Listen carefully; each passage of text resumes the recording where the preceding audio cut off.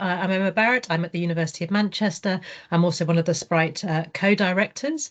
And I'm going to talk a little bit about extended reality risk landscape, which has been informed by a project that we've been running since around 2020 now at the University of Manchester. Started off looking at child exploitation in virtual reality and is now kind of expanded to encompass a range of immersive technologies and a range of harms and risks. So this is very much an introductory talk. So it's aimed at people who really don't know that much about immersive technologies and the risk landscape. If you know a lot about it, I'm not sure how much you're going to learn from this, but you're very welcome to stay and watch anyway. It's good to have you here. So one of the things that we've looked at a lot as well at the University of Manchester is kind of what's out there in the academic literature. So I'm going to draw on some of what that literature is saying and not saying, but also discussions we've had with industry, policy and regulators, and kind of just keeping up with what's going on in this extremely fast-moving area.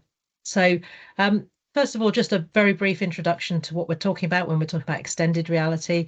There's kind of a continuum of realities, if you like, from virtual reality, which you see here, which where you need a headset and controllers, and the headset basically blocks out the physical world. So you don't see any of the physical world when you're in your headset, and instead you're immersed in a digitally created 3D environment, so a synthetic environment, and that sense of immersion, a sense of being in that environment, is enhanced by the sensory experiences that you have within that. So what you see, what you hear, and also to an extent what you might feel. So if you're using haptic devices and accessories, the kind of feedback you get in your hands and body from those devices.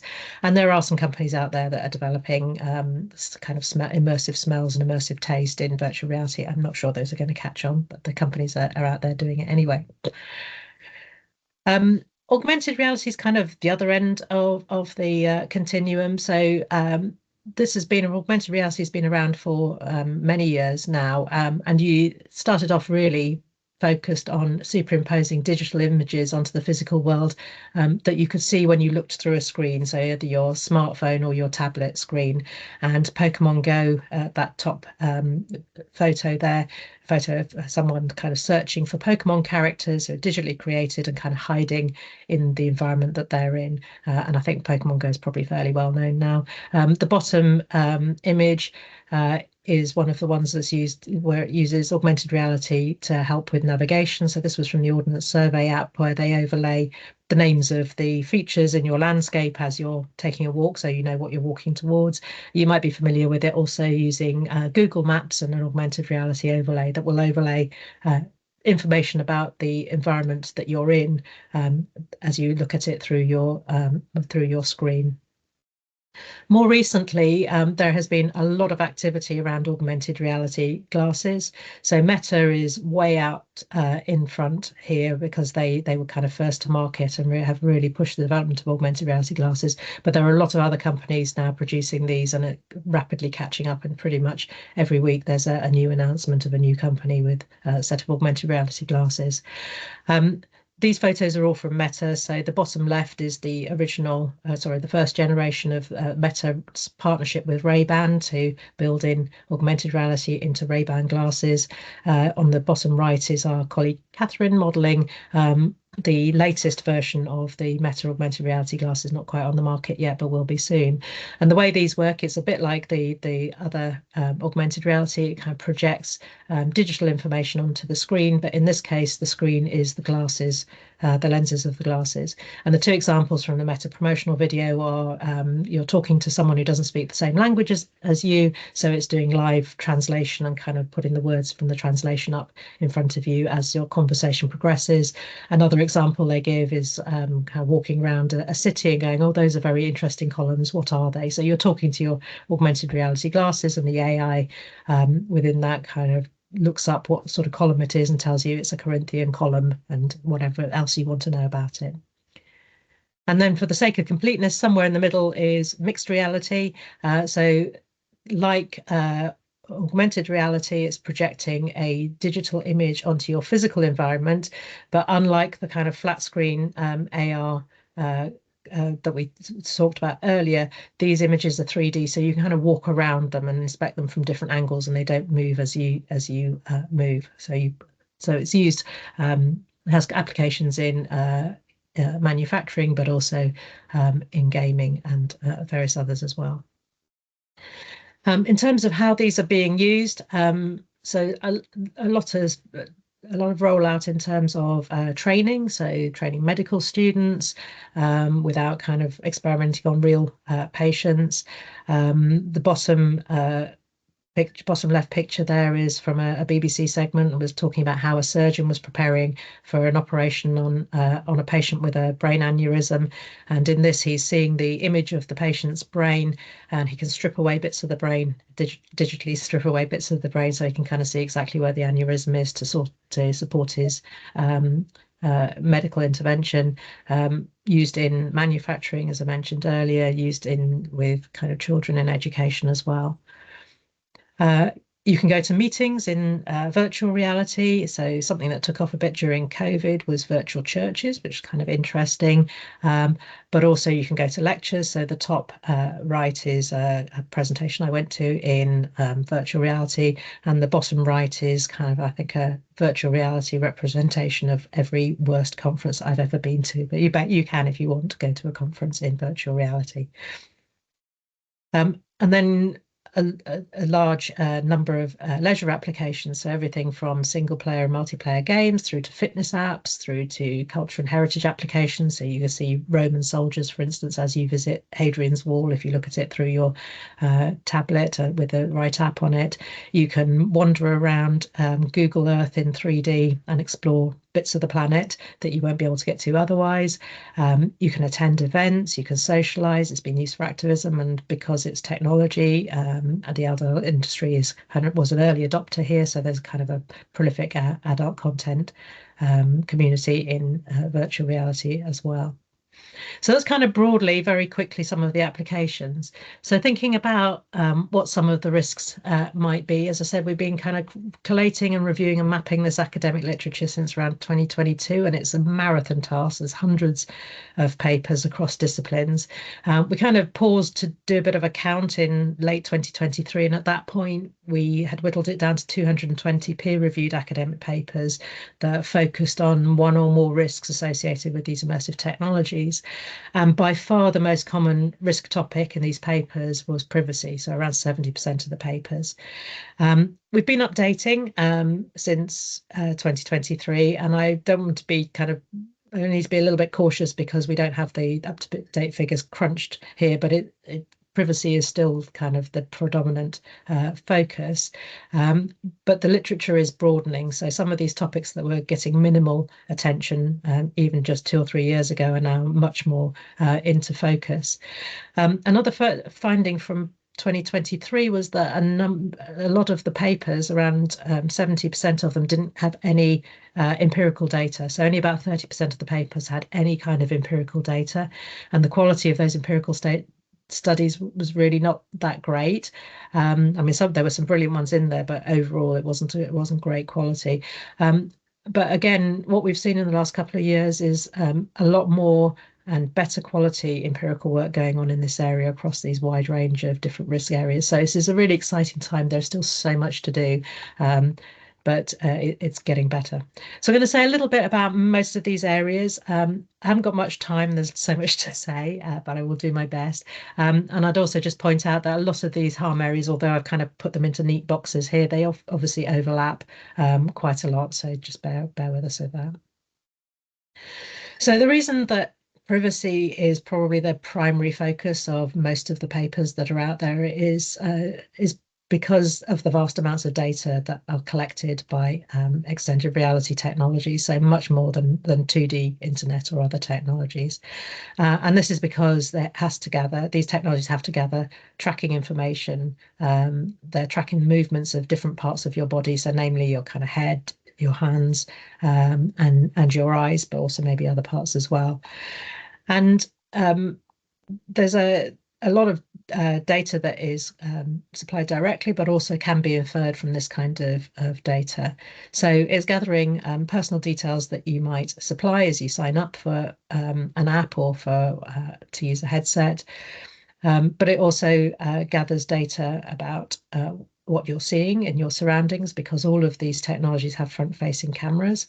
And so whatever is in front of that front-facing camera is going to get captured. They can track the activities that you undertake within these within applications with these technologies.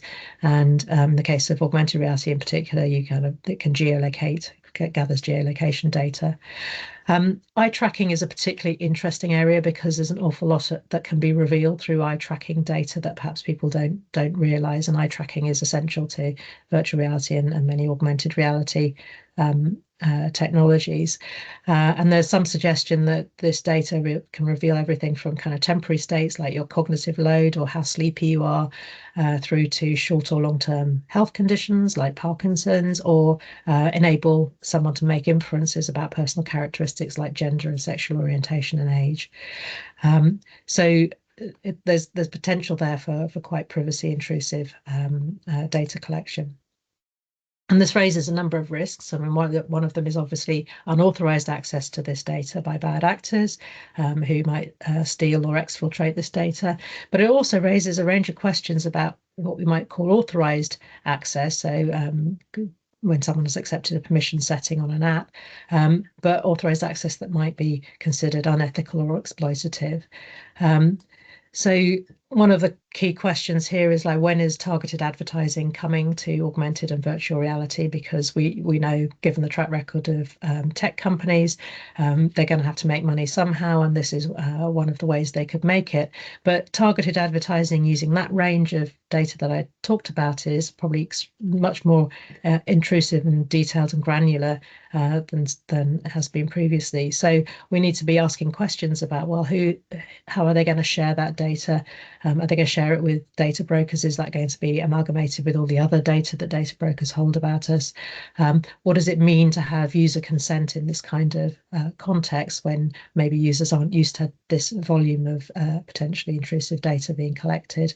And what does it mean for disclosure to authorities like the police or governments when you have this kind of granular data? Some other issues around privacy and security are related to bystanders. So it's capturing augmented reality glasses, for example, are capturing details not just of physical objects, but also people within your environment. And this is a proof of concept here from a year or so ago, when some Harvard students showed how you could connect your augmented reality glasses to facial recognition technology and person lookups in real time to get information on the person that you're just walking past, which is kind of good if you can't remember names very well. But it's also great if you're a stalker or if you're a con artist. There's a lot you could do with that. Most recently, Amazon's announced that its delivery drivers are going to have smart glasses, AR glasses, which, they say it'll enhance the delivery experience. It'll also enhance worker surveillance. And what happens when those glasses involve filming a customer on her doorstep in her dressing gown, or her 6-year-old kid answering the door. There are a number of proof of concept papers out there that demonstrate that you can introduce malware onto headsets via something called sideloading, which is where you load an app directly onto a headset. You could also introduce malware through apparently benign applications if you are downloading applications from an app store that hasn't got very good controls. And some of the things that appeared in these proof of concept papers are around exfiltration of data, messing with the user experience, so kind of moving them around without their consent or awareness, accessing those cameras and sensors on the headsets.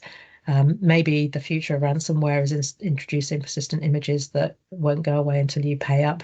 And so you can get back into your virtual reality experience, and even a proof of concept that shows how you could alter what someone having an interaction in virtual reality hears from their interaction partner. So the interaction partner might be saying something nice, but the person actually hears something rather nasty. This also raises the kind of financial crime risks that we see in 2D internet and before the internet, but kind of moving into 3D immersive environments. And Charlie Bell back in 2022 from Microsoft was suggesting that maybe the future of phishing is an avatar impersonating your coworker or maybe your relative in virtual reality rather than just a phishing email. Another set of risks is around physical safety, and particularly when you've got location-based games like Pokemon Go. There are a number of reports and papers on kind of the risks when you lure users into dangerous environments or environments where they're not allowed to be. There have been some examples of people using VR headsets while traveling, which again, because the VR headset blocks out all of the physical environment, maybe puts users at risks there. And then there are some interesting questions around what assault looks like in virtual reality in particular. When you can get haptic vests that will deliver electric shocks or kind of hot and cold or different sensations as you're wearing them. Obviously, they're designed for consensual use, but what happens when that use might be non-consensual or the extent of an assault or extent of a physical experience might be non-consensual. And that again, difficult to think through kind of how that might play out in a legal context. Because it's the internet, as soon as you've got user-to-user interaction, you're going to have what we might term as risks to user well-being. So things like bullying, trolling, potentially exposure to traumatic content without consent and without awareness. There's a whole YouTube channel and probably on TikTok as well, which is kind of devoted to adults trolling kids in VR games. I have to say, if you have a look at some of the user reviews, or if you've ever been in any of these games, it's quite often the kids trolling the adults, but nevertheless, it can be a kind of a hostile place for children there. And also lots of reports and some academic studies on the extent of sexual harassment and also hate crime and hate-based harassment within virtual reality settings. And it's only a matter of time before some of the nudify apps that we see in 2D are going to end deepfake image abuse before that starts to appear in augmented reality and virtual reality settings as well. As I mentioned, we kind of started out looking at this from a children's perspective, and although attempts to try and age gate applications have improved a bit over the years, it's still relatively straightforward for someone who wants access to children to interact with them in games. And I've kind of highlighted Gorilla Tag there because it is enormously popular among children, and I think a lot of parents just think, well, it's kids playing with kids in a sort of virtual playground. And it is that, but it's also a virtual playground where you don't know whether the other kids are actually kids or someone else. So there are obviously challenges for kind of children in these kind of virtual reality environments, and it's difficult to implement moderation and safeguarding in these kind of spaces. And of course, children in virtual reality spaces are also vulnerable to other sorts of crimes. And this was on Reddit just some time ago now, but kind of just an example from Reddit, someone reporting that their son was phished playing on Oculus, which is now the Meta Quest, offered shiny rocks in Gorilla Tag if he entered a private game, and once there they threatened to kill his parents if he didn't change the user email to the one they told him to. This all went down in a matter of minutes and I was less than 5 feet away from him. So this was a kid aged 10. So vulnerability to other crimes and harassment there for children. And the final bucket of risk areas that have been covered, again, not very much on this at all, but some consideration around misinformation and disinformation and how that might evolve within augmented and virtual reality spaces, and also some discussion of how these spaces might be exploited by terrorists and extremists for radicalization, for training, for planning, and maybe even for kind of command and control functions. But again, lack of empirical data in that. So I'll just finish off by saying something about risk mitigation measures. And again, this is an underdeveloped area and there's relatively little good research out there on it. But if you look at the way that companies are trying to implement risk measures, what they do, they tend to be user focused. So they tend to be about kind of user education, to say this is how you can deal with unwanted behavior when you're in these spaces. And we can have a discussion about this, but my view on this is that user-focused interventions for risk mitigation should not be your primary mitigation measure. You should look at other things. So we need to be asking some questions about, developers' understanding of things like responsible data use and kind of designing in safety measures and how those are used. We need to be pressing platforms to be taking more effort to minimize the availability of harmful applications. And generative AI has really is revolutionizing this space because it's making it very easy for people to start designing applications, which means that patents are getting flooded, which means the amount of time they can spend verifying apps is reducing. But we should also be thinking about some stuff at kind of ecosystem level. So lots of efforts to try and develop standards and codes of practice around immersive technologies. There's no one single code of practice or set of standards out there yet, but we really need to be kind of coalescing around some broad principles. And we need to be thinking about how we can support developers, some of whom work in really tiny companies, 1 or 2 people, but how do we give them tools to help them build in safety by design? And finally, on enforcement, this is enormously challenging for a whole range of different reasons. And there have been some attempts at content moderation and proactive detection of harmful behaviours. But this is a really challenging area. And again, the independent evaluation of how well that's working, I think, is lacking, certainly in the open source literature. And then finally, there is a whole load of questions to say, well, if you start detecting things that might be criminal in these environments, what does that mean for our digital forensics capabilities? What does it mean for investigations? And what does it mean for prosecutions when you have virtual witnesses potentially in virtual spaces? A whole load of really knotty issues that we're pretty soon going to have to deal with. I'll just finish up by saying, if this has whetted your appetite to know more, we do have a community of interest for trust, identity, privacy, safety and security and extended reality. So do join SPRITE and join the community of interest. And we also have a deep dive just about to start on convergence of extended reality with other emerging technologies. So what happens, for instance, when you put VR and robotics and AI all together? How does that change the TIPS landscape? So those are our contact details. You can get in touch with us through SPRITE at any time. And it would be great to have you on board. Thank you.